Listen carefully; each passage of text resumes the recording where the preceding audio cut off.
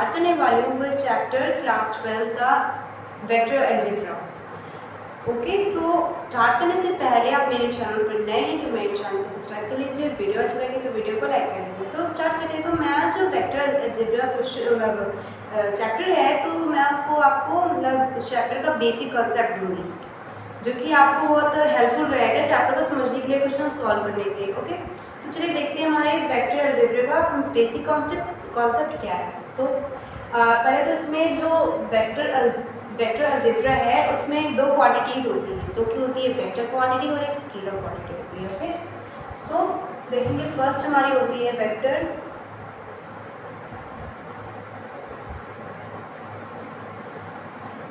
Quantity और जो हमारी सेकंड होती है वो है स्केलर क्वांटिटी।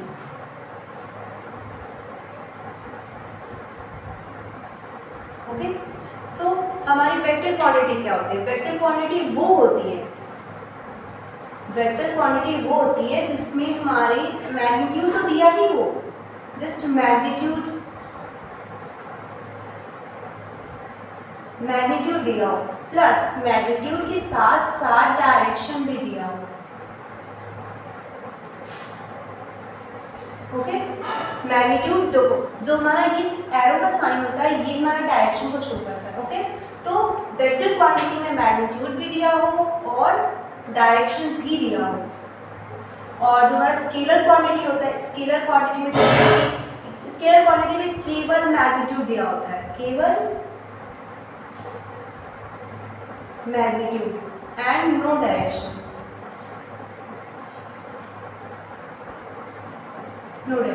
जैसे कि स्केलर क्वांटिटी में हम लोग समझ सकते हैं जैसे कि हम लोग कोई रोड पे जा रहे हो और वो मतलब उसमें कोई डायरेक्शन नहीं, वो सीधा हो, बिल्कुल उसमें कोई भी डायरेक्शन नहीं हो। अगर मतलब जो हमारी ये हो गई स्केलर क्वांटिटी जिसमें कोई डायरेक्शन नहीं, हमें ये पता है कि हमें यहाँ पे जाना है बट हमें ये नहीं पता है कि हमें किधर मुड़ना है। ओके, तो अब अगर हमें ये पता हो कि हमें किधर मुड़ना है तो वो हमारी वेक्टर क्वांटिटी का एग्जाम्पल हो जाएगा। जैसे कि हमें जाना है सीधे जाना है, फिर लेफ्ट मुड़ना है, राइट मुड़ना है, ये जो डायरेक्शन दी हुई होती है तो वहाँ पे हो जाती है हमारी वेक्टर क्वांटिटी। और जहाँ पे डायरेक्शन नहीं दी होती, जस्ट हमें सीधा जाना है, बिल्कुल कोई डायरेक्शन नहीं हमारे पास, तो वो हो जाती है स्केलर क्वांटिटी। अब चलिए देखते हैं इसमें हम लोग सम कैसे निकालते हैं। ठीक है, तो देखेंगे वेक्टर क्वांटिटी का सम कैसे निकालते हैं। तो सम ऑफ ये आपका एक पॉइंट मैंने बताया और ये एक point. Okay, sum of vector quantity. Okay, तो देखिए सम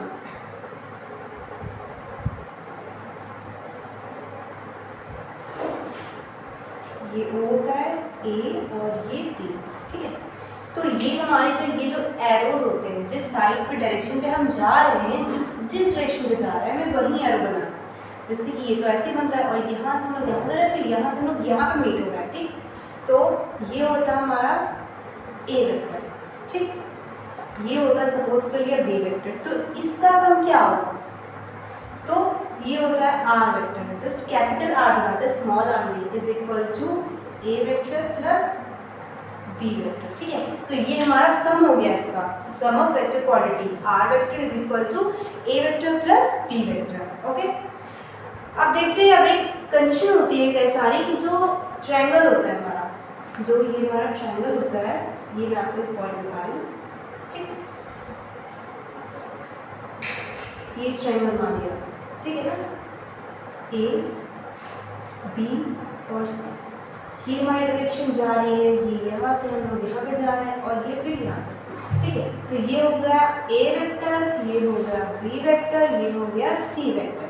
अब एक पॉइंट होता है कि sum of triangle, sum of all side से क्या हो गया, जैसे कि A vector plus B vector plus C vector is equal to 0 होता है। ये कंडीशन होती है और मैं आपको बताऊँ कि 0 क्यों होता है, 1 2 3 क्यों नहीं होता, 0 ही क्यों होता है। चलो देखते हैं अब 0 कैसे होता है, इसे हम लोग प्रूव करते हैं। ठीक, और यहाँ पर लिख देंगे प्रूव दैट। चलिए देखते हैं, पहले तो हम लोग ले लेंगे ये वाली साइड A B वेक्टर, ठीक है, प्लस B C। अब देखो जिस साइड पे एरोज बने होते हैं, जिस साइड पे डायरेक्शन जाती है हमें वहीं से चलना है, ये नहीं कि हमें यहाँ चल दिया फिर यहाँ चल दिया फिर यहाँ चल दिया, डायरेक्शन इधर जा रही है ना तो हमें ऐसे ही चल रहा है। तो देखते हैं A B vector plus B C vector plus C A vector is equal to, ये क्या था, A vector plus B vector plus C vector. ठीक है, इसको हम लोग इसको जीरो, देखो कैसे, ए बी वेक्टर, ठीक, ए बी वेक्टर जो हमारा, इसको लिखेंगे ए बी वेक्टर और A B vector B C vector को हम लोग क्या लिख सकते हैं, इसको हम लोग एक ब्रैकेट में कर लेंगे। ठीक है, A B vector B C vector को हम लोग क्या लिख सकते हैं, ए सी वेक्टर लिख सकते हैं, है ना।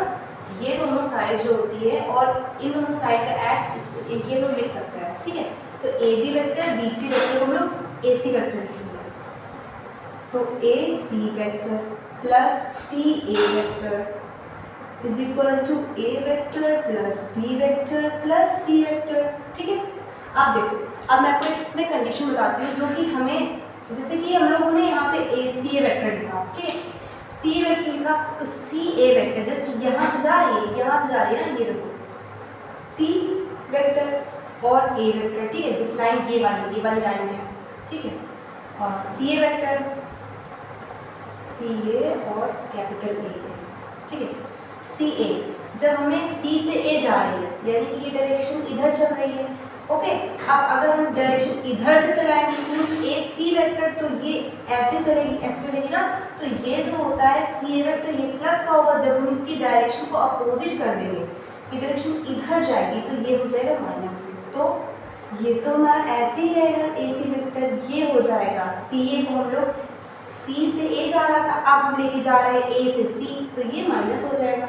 जब डायरेक्शन चेंज होती है तो हमारी वैल्यू माइनस में हो जाती है। ठीक, तो minus A C vector is equal to A vector plus B vector plus C vector.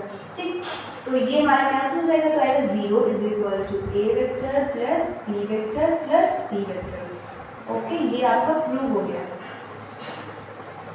ठीक है, तो अब देखते हैं, ऐसी कंडीशन केवल ट्रायंगल में नहीं होती, ट्रेपेजियम, जस्ट ट्रेपेजियम देखेंगे,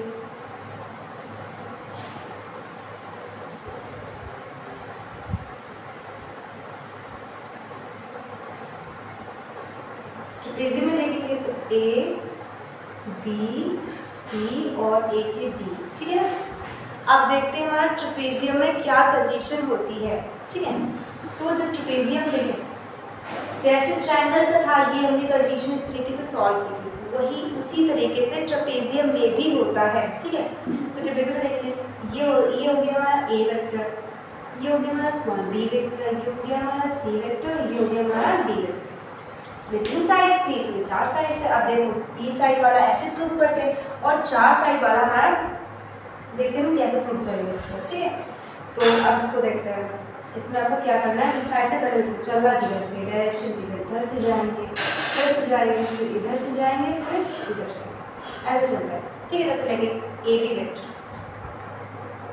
ए बी वेक्टर, ये मैंने आपका कंडीशन बताया, ये कंडीशन। ठीक है, तो ए बी वेक्टर प्लस इधर से चलेंगे ना ऐसे, तो B C vector plus C D vector plus D A vector equal to zero. कैसे जीरो होता है वो चले देखते हैं। ठीक है, तो जीरो कैसे होता है, अब उसको देखते हैं। तो जीरो का ऐसे होता है, पहले तो देखो ये क्या लिख सकते हैं, A B vector plus B C vector plus C D vector plus D A vector. ठीक है, plus A vector B vector C vector D vector, तो A vector plus B vector plus C vector plus D vector small d. ठीक है, अब चले देखते हैं, अब जो हमारा, अब देखो इन दोनों को सेपरेट कर लो, इन दोनों को सेपरेट कर लो। अब A B plus B C vector को, A B vector plus B C vector को हम क्या लिख सकते हैं, ये ट्रायंगल बना है ऐसा राइट में, तो इन A B vector plus B C, ये दोनों किसके इक्वल होता है, इसके इक्वल होता है ना, होता है। तो ए सी वेक्टर लिख सकते हैं इसको, तो यहाँ पे लिखेंगे A C vector plus C D plus D A vector, C D plus D A vector, ये यहाँ से बना, तो इसको भी हम लोग क्या लिखेंगे, ए सी वेक्टर, तो A C vector, sorry C A vector को लिखेंगे, C A vector is equal to A vector plus B vector plus C vector plus G vector. Okay, A B plus B C, A B plus B C को हम लोग A C vector, ठीक है, और C D plus D A को C D plus D A को C A vector, ठीक है। आप चलो देखते हैं, अब हमें इसको कैंसिल करने के लिए पहले तो इसकी डायरेक्शन ए सी यहाँ पे, हमें भी यहाँ पे ए सी करना पड़ेगा, या फिर यहाँ पे सी ए है तो इसको भी सी ए कर लो, इसको भी सी ए करोगे तो माइनस हो जाएगा। तो मैंने कहा था डायरेक्शन चेंज होती है तो माइनस हो जाता है, तो minus C A vector plus C A vector, ठीक है, is equal to A vector plus B vector plus C vector plus G vector. Okay, अब देखो हमारा 0 is equal to A vector plus B vector plus C vector plus G vector. Okay, so ये भी हमारा हो गया proved. I hope friends आप लोगों को समझ में आया। अगर आपको इस कंसेप्ट में कोई भी प्रॉब्लम है तो आप मुझे कमेंट बॉक्स में बता सकते हैं। सो इसके आगे का कंसेप्ट आपको मिलती है नेक्स्ट वीडियो में।